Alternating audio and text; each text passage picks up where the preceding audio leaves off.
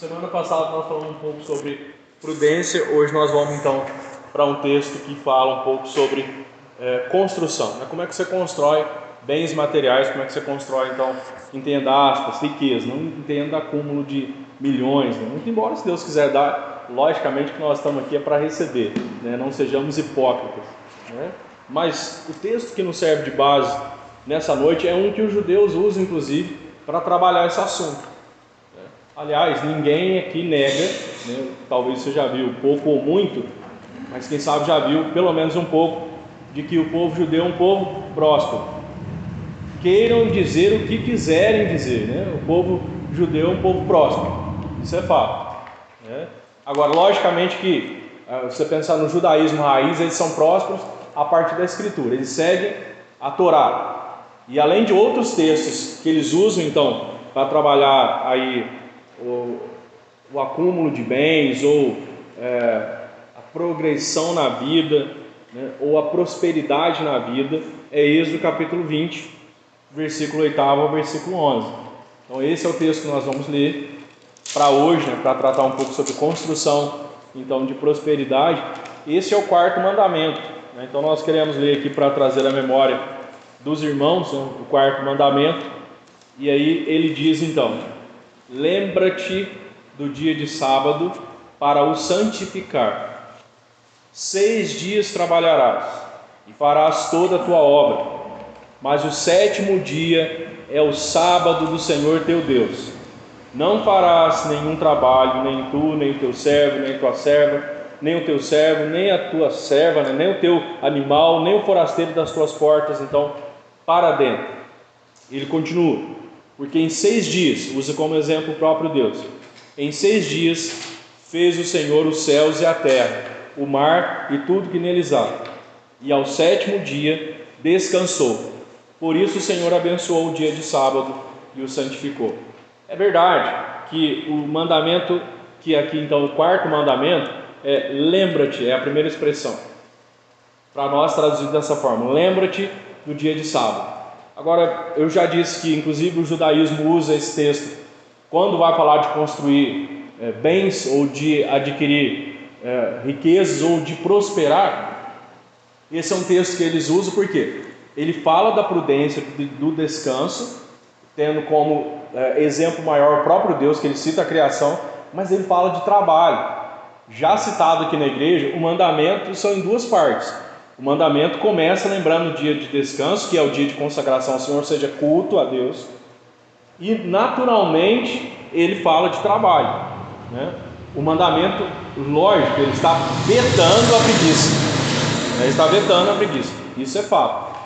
Então lembra-te do dia de sábado. Já aqui, como os irmãos já ouviram outras vezes, lembrar aqui é recordar mesmo, fazer menção, caminhar então consciente, né? Trazer essa memória constantemente. Irmãos, no judaísmo, e eu não quero logicamente dizer que aí nós somos judeus, mas a nossa fé é judaico-cristã.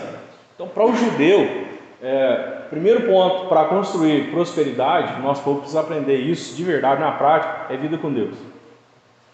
Até porque o sujeito pode ter muito dinheiro, se ele não tiver vida com Deus, não adianta de nada. Ele vai continuar com vazio dentro dele, vai continuar propenso à tristeza, à depressão profunda, se ele não tiver Deus com ele. Então ele pode até ter muito dinheiro. Prosperidade é um todo, não é só dinheiro, muito embora também, mas ele pode ter muito dinheiro e ter um vazio no seu coração. Por isso o texto aqui, o quarto mandamento, tem a ver com culto.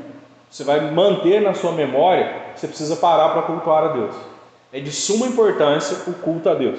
E aí tem um dia específico, não que só nesse dia, só no Shabá o judeu adorava a Deus, não, mas de uma maneira toda especial, específica, como é a proposta da atualidade. Estamos nós aqui durante a semana no estudo bíblico, mas qual é o dia que nós paramos, né?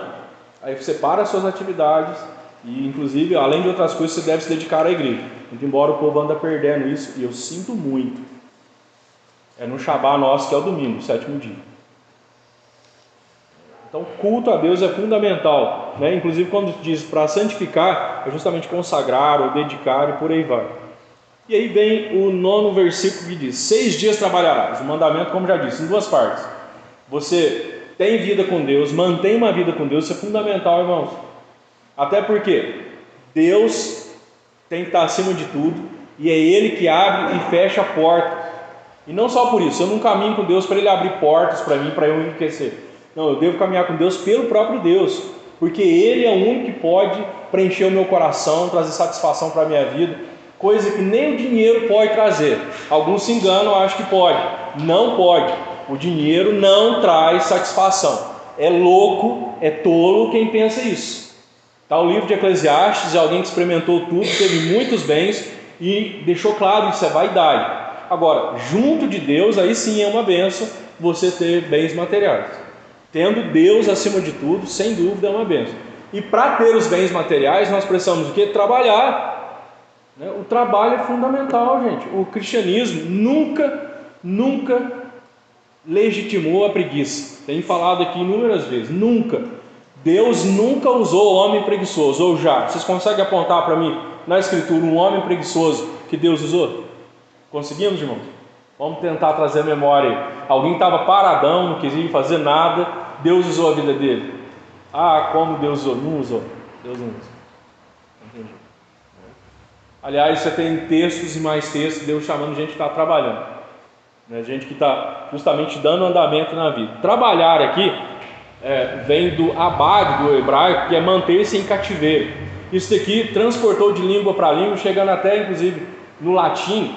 Do latim, a palavra trabalho, ela aponta para castigo em 3 paus. Ou seja, trabalhar é um castigo, mas entendo que é um castigo aprovado por Deus. Ou seja, o homem que não trabalha está na contramão de Deus.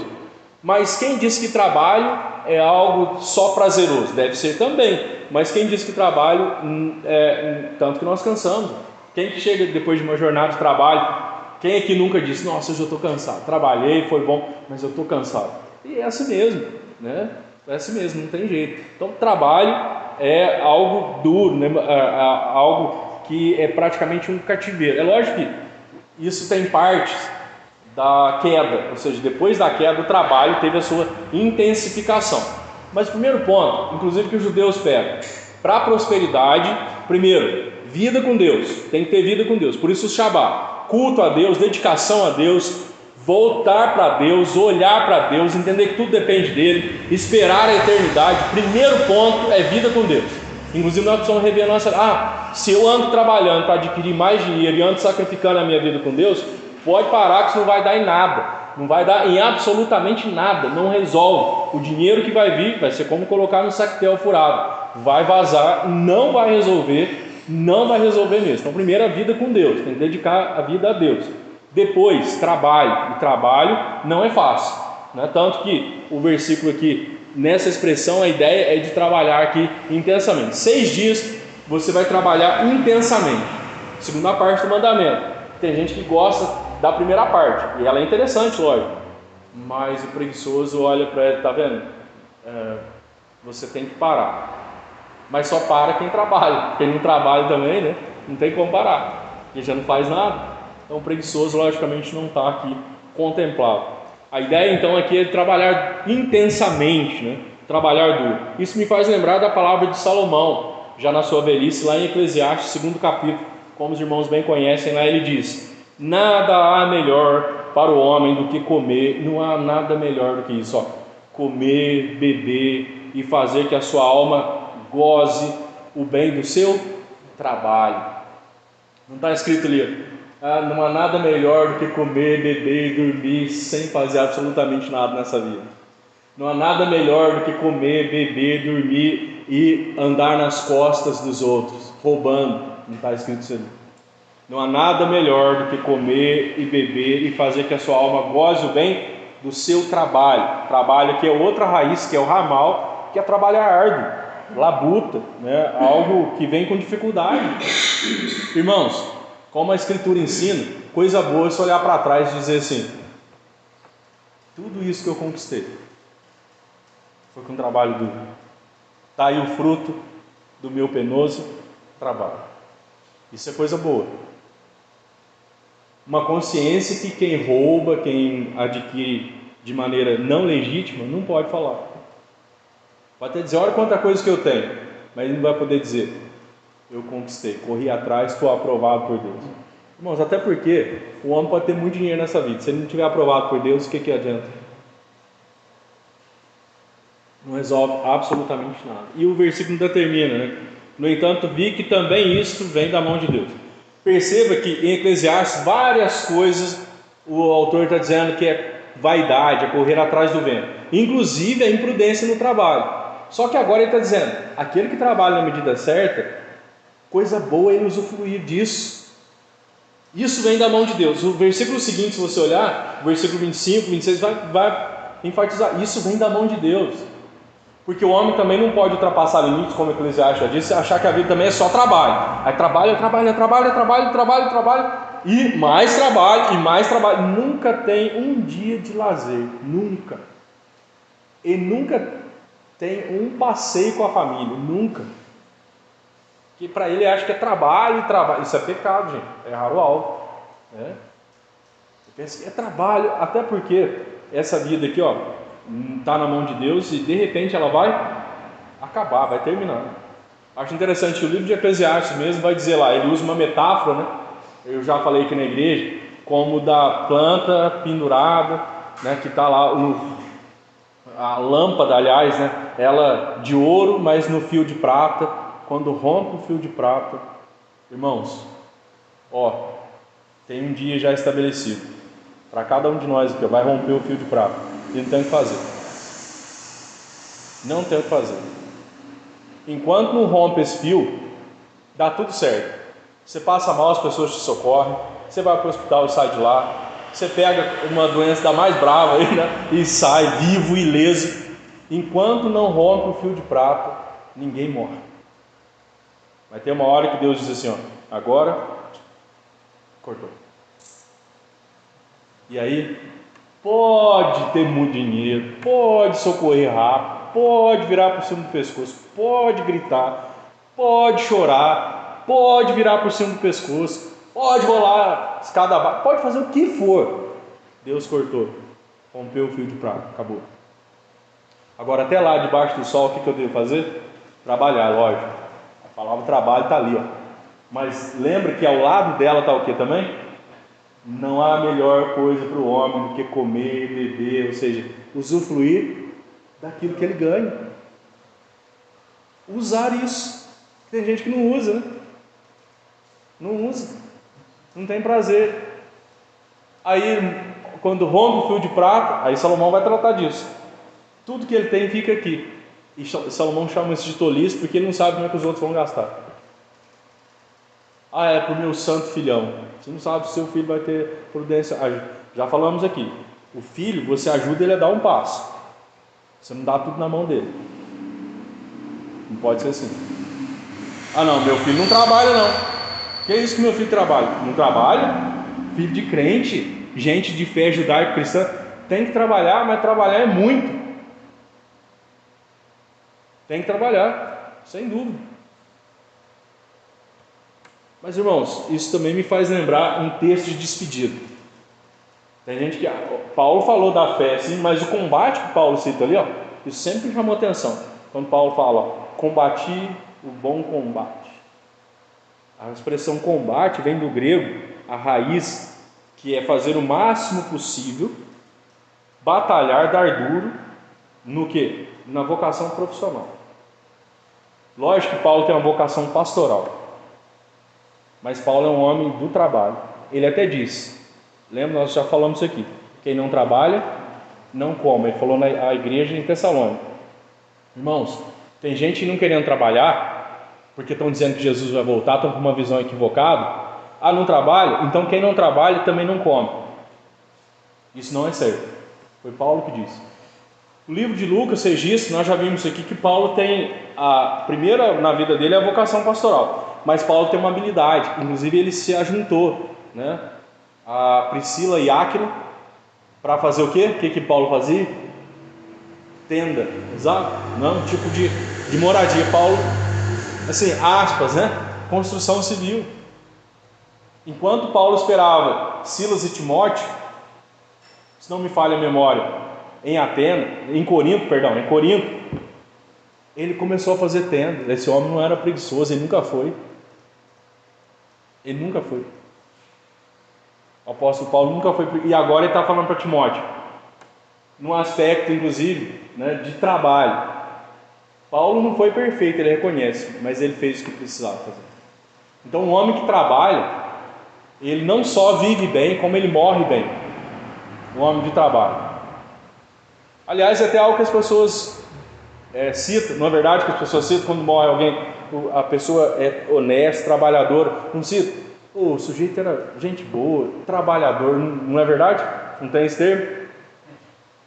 Agora, quando ele não gosta do trabalho, o povo fica bem quieto, né?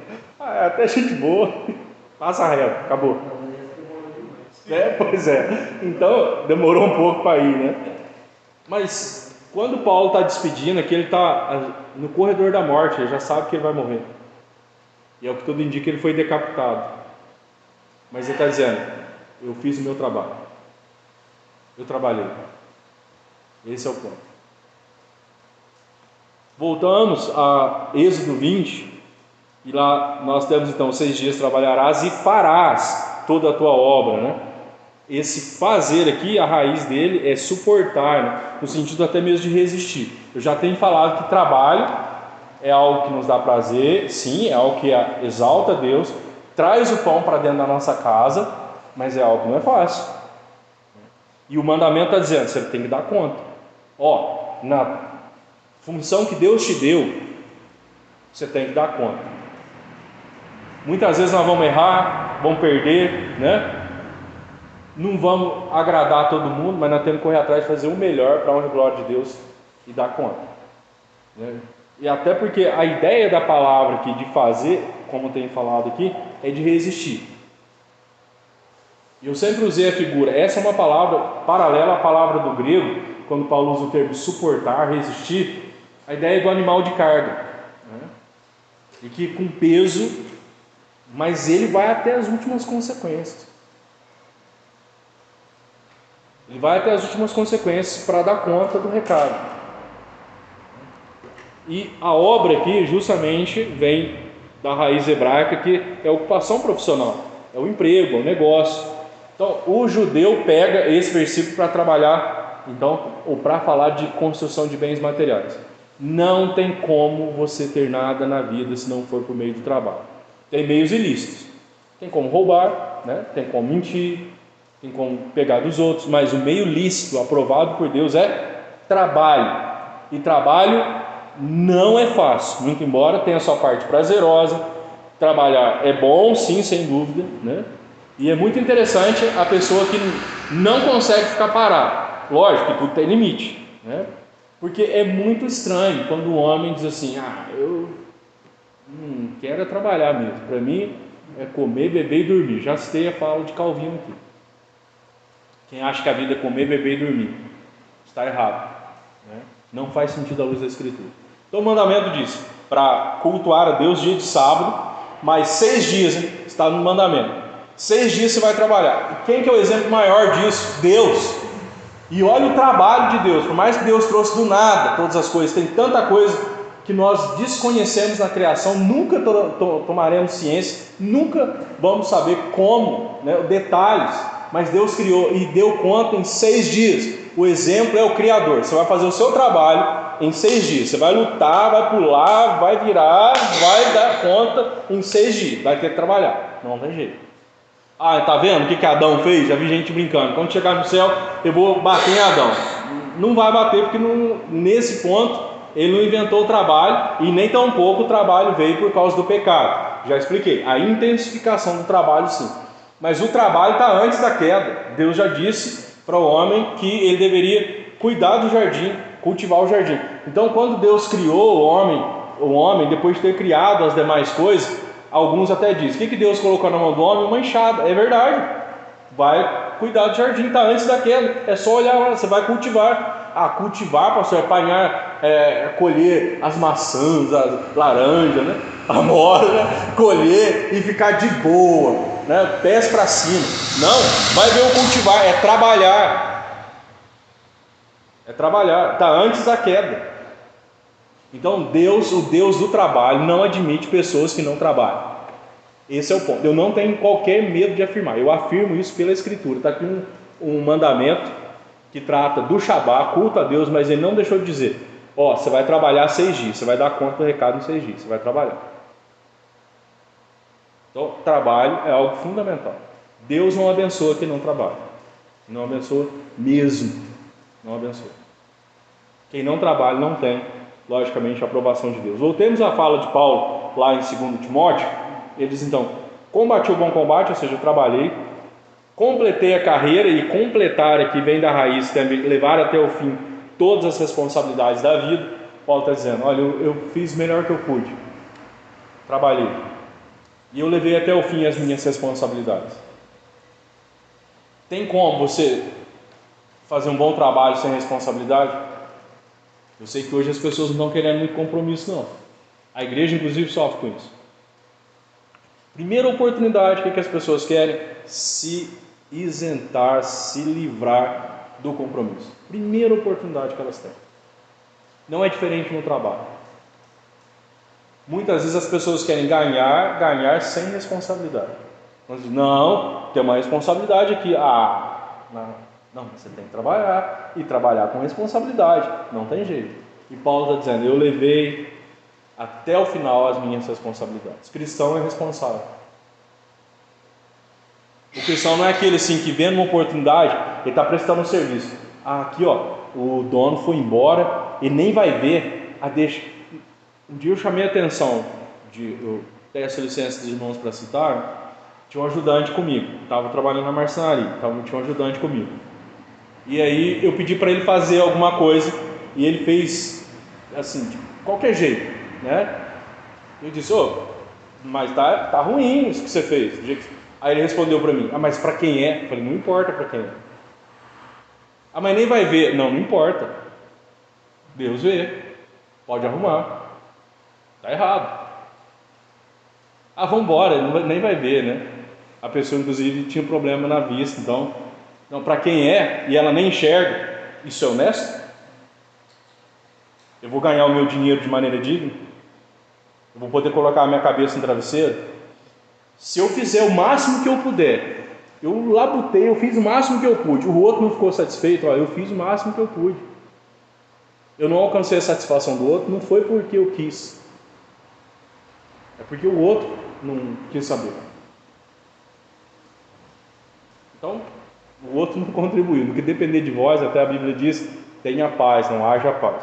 Mas Paulo ainda diz: eu guardei a fé. Aí, logicamente, é uma questão de culto, se manter firme, operante, manter a atenção. Quando ele diz que guardou a fé, eu mantive a minha atenção em Deus, eu não negociei a fé, a verdadeira fé cristã. Paulo, que carrega valores judaicos cristãos, ele vai deixar claro. Então, ele trabalhou o combate, ele carregou as suas responsabilidades até o final. Coisa boa, honroso para um homem. E ele não negociou a sua fé, ele se manteve firme até o final. E agora ele está despedindo de Timóteo. Que coisa boa, muito bom, sem dúvida. E aí o quarto mandamento, tem um versículo 10 lá que diz, né? Mas o sétimo, ele repete, para dar ênfase. Ele diz no começo: lembra do dia de sábado, do Shabá. E agora no 10º versículo, depois de ter dito: mas tem 6 dias, tudo Shabá? Não. Trabalho. Vamos viver um eterno domingo? Ainda não. Podia ser todo dia domingo, né? Alguns gostariam. Podia ser todo dia de ficar parado. Irmãos, trabalho é uma bênção, não pode exagerar. Mas quem nunca sentiu? O homem, irmãos, num processo normal, ele acha falta do trabalho. Às vezes cansa tanto a gente, você cansa. Às vezes assim: eu preciso de uns dias de férias, já falamos, inclusive em Eclesiastes, tem que usufruir do seu dia de descanso. Mas é anormal quando o homem sai de férias e ele volta das férias dizendo assim: eu queria mais férias. Tem alguns que vêm das férias dizendo assim: agora eu quero férias para descansar das férias. Só quer viver de férias. É um pouco fora do trilho. Porque o homem, quando recompõe as suas forças, esse é o objetivo do Shabá, inclusive, é natural que ele lembre: opa, eu tenho tarefa, e até acho falta disso. Que o trabalho dignifica o homem. Então, quando a pessoa não sente falta do trabalho, é um problema. Ao mesmo tempo, quando ela só vive para o trabalho, outro problema, porque ela tem que guardar o Shabá. E aqui duas palavras, que o autor usou: mas o sétimo dia é o sábado do Senhor teu Deus, não farás nenhum trabalho. Aí ele cita quem que não vai fazer trabalho? Nada vai trabalhar.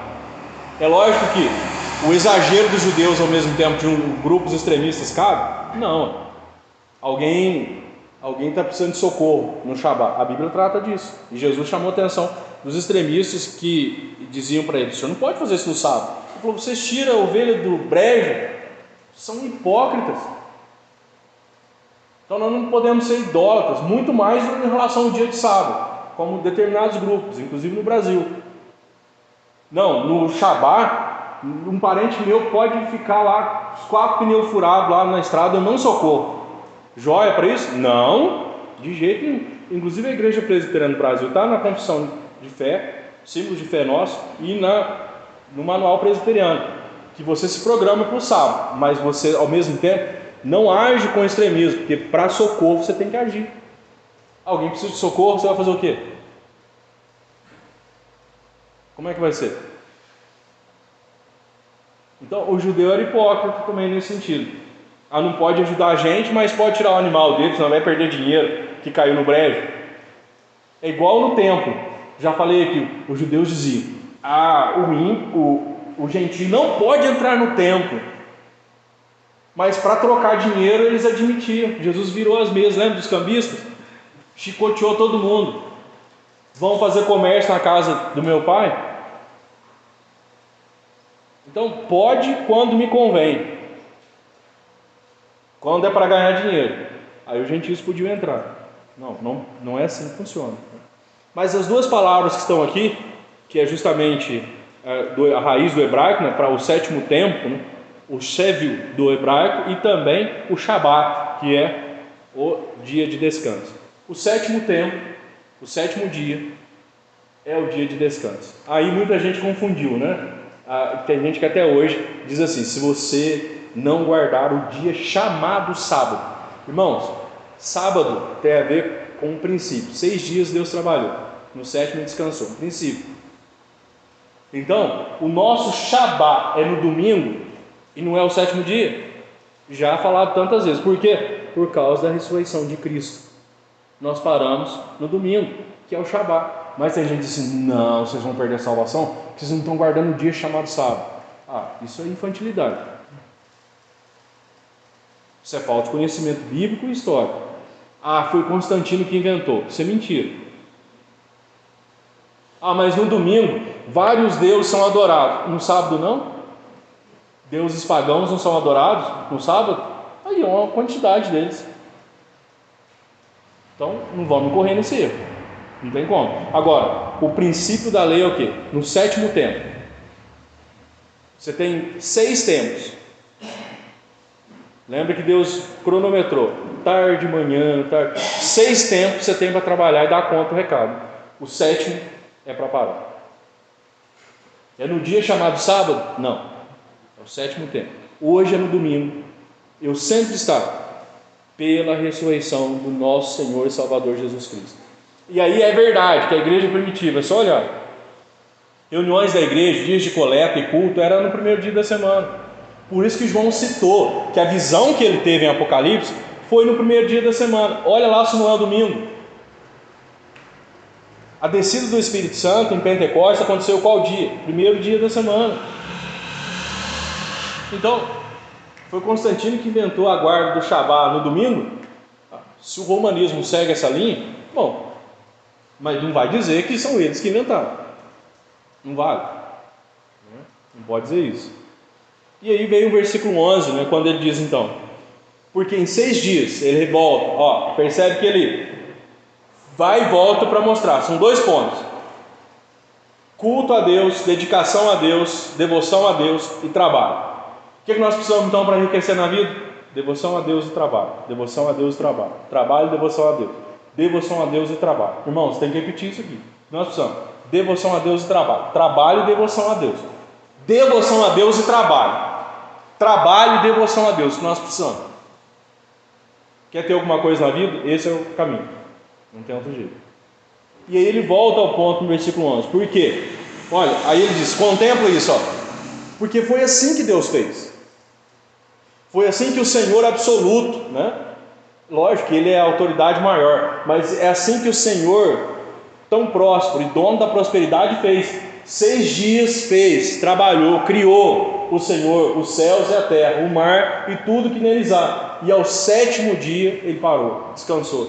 Lembrando que o termo para descansar aqui é o nuar, que é cessar as atividades, né? Ou seja, ter aquele momento de pausa no trabalho. Inclusive, essa palavra é usada também para o momento depois do trabalho de parto. Por isso, trabalho é tão duro que é usado, né? As mulheres, logicamente, sabem disso. O filho é uma bênção, mas desde o parto é fácil? Não. E tem muita gente dizendo, não vale a pena, filho, vamos ter cachorro. Larga a mão de cachorro. Tem um cachorro depois dos filhos. Mas o detalhe é que, segundo o mandamento você vai trabalhar, porque Deus fez assim. Mas ele parou. Como a mulher que depois de intensas dores vê o filho, e como é que é a expressão? Em momentos normais, né? No normal da vida. Você vê uma mulher depois de ter dores terríveis, com um sorriso no rosto. Mas ela não sofreu tanto. Mas o que ela está vendo agora? O fruto do seu trabalho. Que às vezes pode ser que não agrade muita gente, mas a mãe e o pai estão vidrados. Porque ela vê o fruto do seu trabalho. Então, irmãos, isso também me faz lembrar do Salmo 127, né, quando ele diz: se o Senhor não edificar a casa, em vão trabalhos que edifica. Então, primeiro, devoção. O mandamento começa: lembra do dia de sábado, você cultua a Deus. Você não pode relaxar na sua vida com Deus. Aliás, irmãos, pergunto, como é que está a nossa vida com Deus? Né? Nós não podemos relaxar na nossa vida com Deus. E ele continua: se você não tiver vida com Deus, então, se o Senhor não edificar a casa, em vão o trabalho fica inútil. Quer inutilizar o trabalho? Se afaste de Deus. Quer tornar nulo o trabalho? Ele pode trabalhar muito. Eu acredito na Bíblia. Alguém vai dizer: não, eu trabalho muito, não ando com Deus e está tudo certo. Tá bom, eu não fecho com ele, eu fico com Deus. Eu acredito na Escritura. Para mim é o que a Bíblia está dizendo. Ela está dizendo o quê? Se o Senhor não edificar a casa, se Deus não for o principal no lar, pode trabalhar muito, pode entrar muito dinheiro, pode ter muita coisa, não vai adiantar, o trabalho está inutilizado. Quem inutilizou o trabalho? O Senhor dos Senhores, o maior, o Rei do Universo. Ele inutilizou, está inutilizado. Por isso que não adianta. Tem gente que entra numa euforia assim, de trabalho, de trabalho, de trabalho.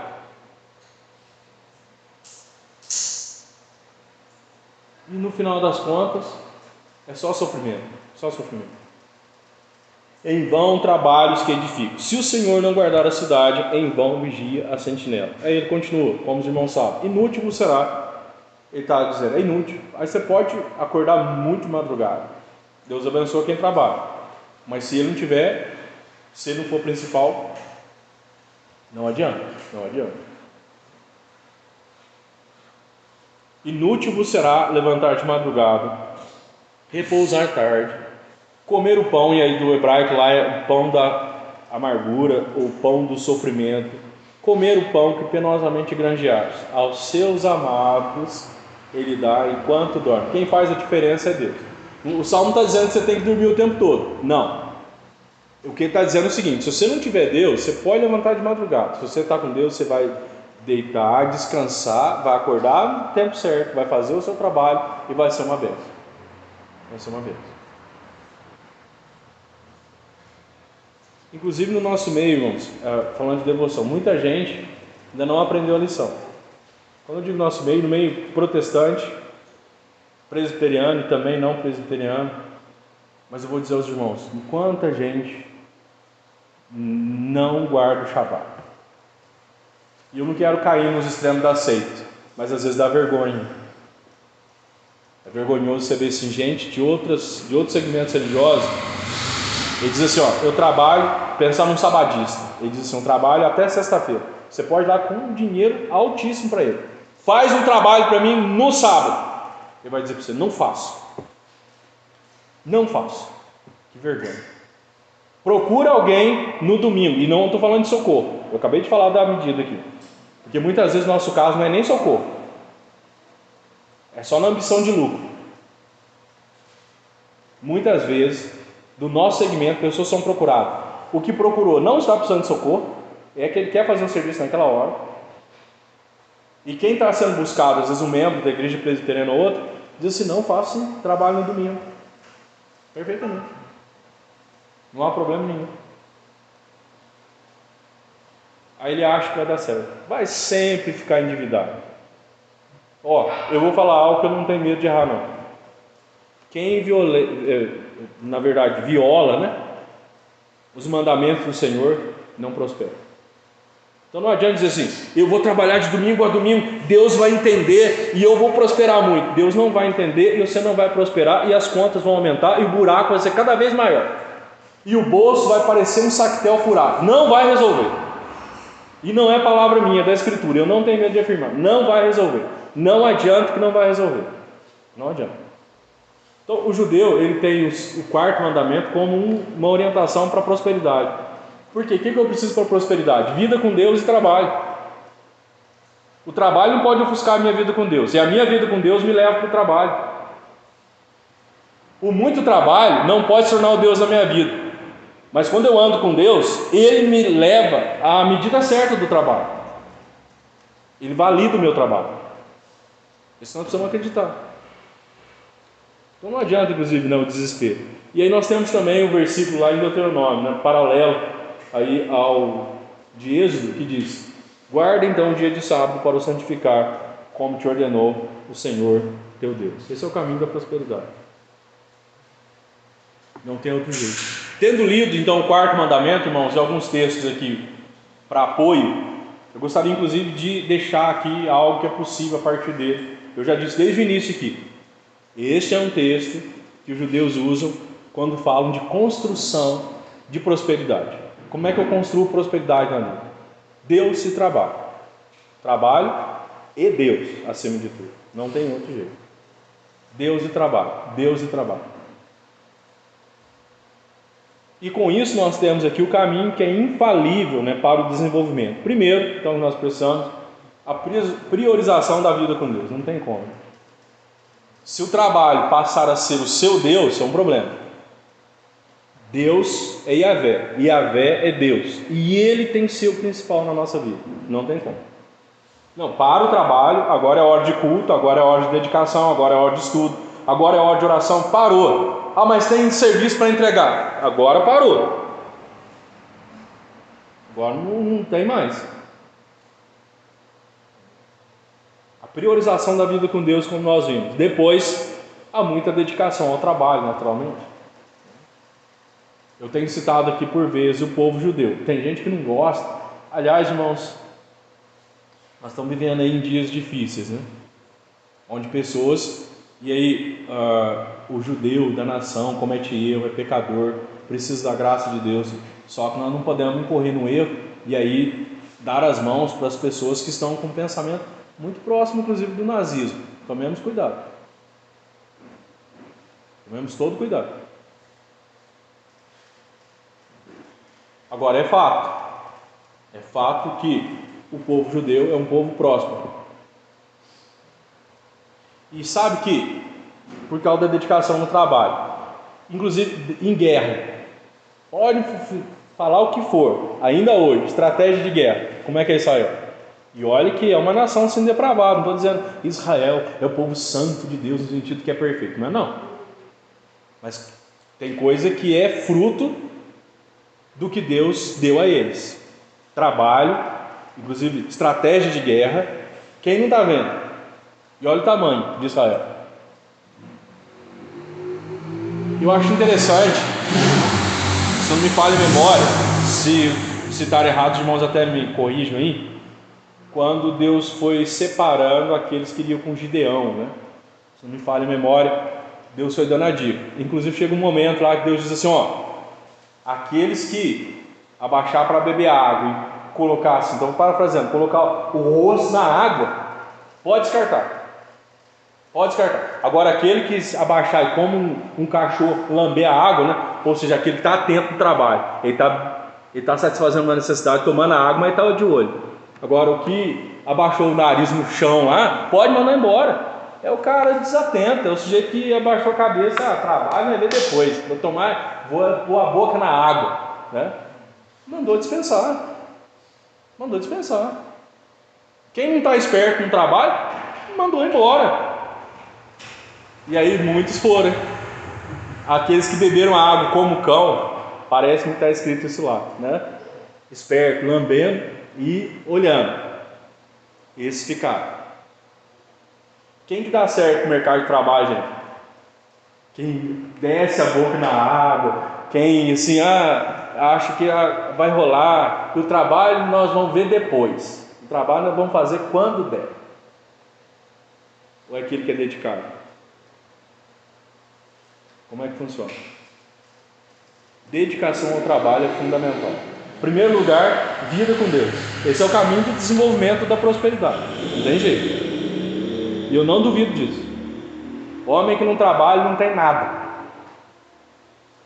Mas o homem que não tem Deus, mesmo que trabalhe, também não vai ter nada.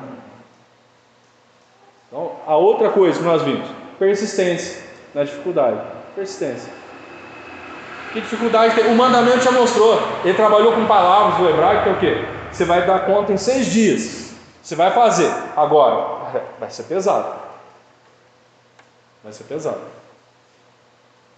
E quando eu falo em trabalho pesado, não pensa assim, então quem trabalha é só quem quebra pedra. Já falamos aqui das diversas profissões. Cada um tem que ser respeitado na sua função. E cansa. Alguém que trabalha quebrando pedra não pode chegar para alguém que trabalha no escritório o tempo todo e dizer assim, trabalho é o meu. Eu vou te colocar lá para quebrar pedra. O que está no escritório vai dizer, eu vou te colocar no escritório então. Por que você não se preparou? Então o respeito mútuo é fundamental.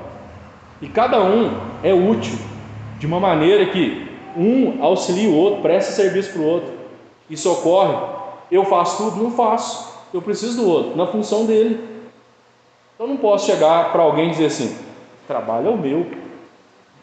Trabalho é o meu. Ó, de sol a sol, hein? Sol a sol. Mão calejada, rachado, né? Bom, joia, trabalho. Mas quem também não tem a mão rachada, trabalha. Muitas vezes, esse tem a mão rachada está com a mente livrinho depois de determinado horário. O outro está lá com a cabeça quente. E o desgaste mental é tão ou mais complicado do que o desgaste físico. Então, o respeito mútuo é fundamental. Podemos valorizar o trabalho do outro? Não pode, né? Agora, em todas as tarefas há dificuldade. Se você desistir na primeira dificuldade, o que acontece? Não tem jeito. Se você chega num lugar e olha primeiro, você contempla as dificuldades. Nossa, não vou conseguir não. Quem sabe vocês já enfrentaram isso. E aí você olha para trás, você topou a parada. Aí você olha hoje e diz assim, eu não acredito que eu fiz isso. Mas o que você teve que fazer? Persistir. Foi fácil? E quando você quer persistir, inclusive, tem gente que vai zombar, tem gente que não vai acreditar, tem gente que vai atrapalhar, inclusive. Não tem jeito. E por fim, irmãos, o desfrute do lucro, algo que nós falamos. Porque o Shabat também é um dia de descanso, é um dia de consagração ao Senhor, mas é um dia que você vai continuar comendo. E você come, inclusive, no Shabat porque você trabalhou, né? Ou mesmo um tempo em família, naturalmente. E como nós vimos em Eclesiastes, desfrutar do fruto do trabalho. Então, desfrutar do lucro alcançado é justo. É justo. Aí vocês vão dizer assim, pastor, o senhor está vendo tudo isso. Eu não estou inventando a roda. O judaísmo vê isso aqui nesse mandamento. É um caminho infalível na prosperidade, ou para a prosperidade. Então, irmãos, para a prosperidade, resumindo, vida com Deus e trabalho. A vida com Deus e o trabalho é um caminho espetacular para o desenvolvimento ou para a prosperidade. Lembrando que, então, com isso, é a priorização de Deus, do próprio Deus, é o trabalho, né? Dedicação no trabalho, persistência, tem que continuar mesmo com as dificuldades que vai ter. Tempo que tem mais serviço, tempo que tem menos serviço, tempo que entra mais dinheiro, tempo que entra menos dinheiro, tempo que o patrão está mais fácil, tempo que o patrão está mais difícil. Tem época que parece as portas abrindo, tem época que parece estar fechando.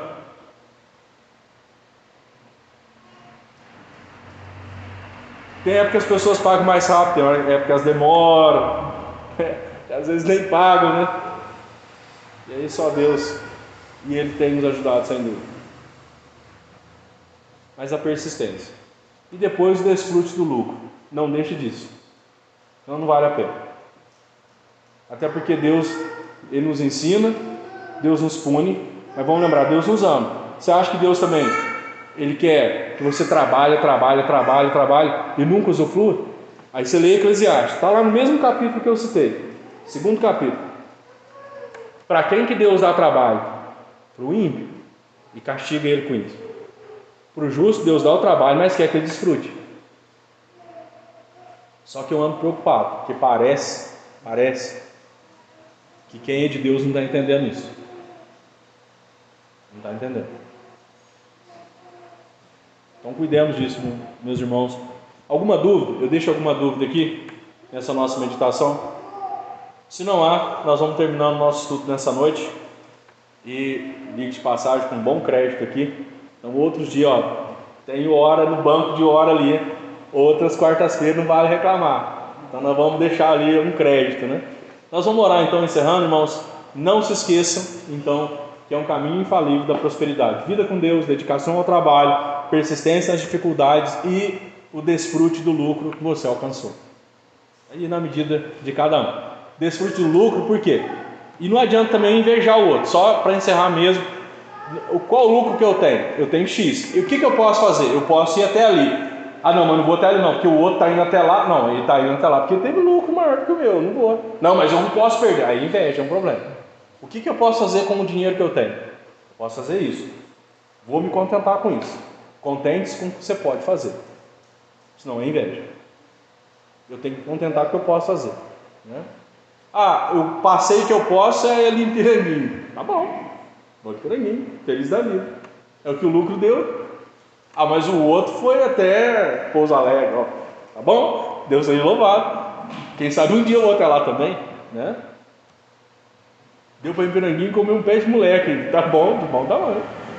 Joia, né? Irmãos, que Deus nos abençoe e que Ele assim nos ajude. Vamos orar? Vamos ficar de pé e orar ao nosso Deus?